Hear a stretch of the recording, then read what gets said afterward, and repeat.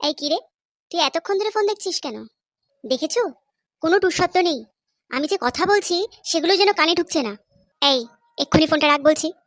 চোখটা কি নষ্ট করার ইচ্ছা হয়েছে? মা, তুমিও তো ফোন দেখছো। ছোটদের যে ফোন দেখতে নেই, এই কথাটা কতবার বলবো? এটা কেমন কথা হলো মা? ছোটরা ফোন দেখলে চোখ খারাপ হয়, আর বড়রা ফোন দেখলে কিছু হয় না। তোমাকে আমি কতবার ডেকেছি তুমি জানো? কতবার বললাম যে মা এসো একটু খেলি, তুমি একটুও সাড়া দিলে না। আমার সাথে কেউ খেলে না, আমাকে কেউ ভালোবাসে না।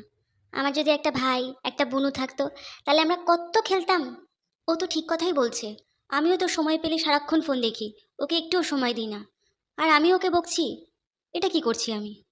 সরি সোনা, আমার সত্যি খুব ভুল হয়ে গেছে। এবার থেকে আমরা দুজনে মিলে খেলবো। সত্যি বলছো মা?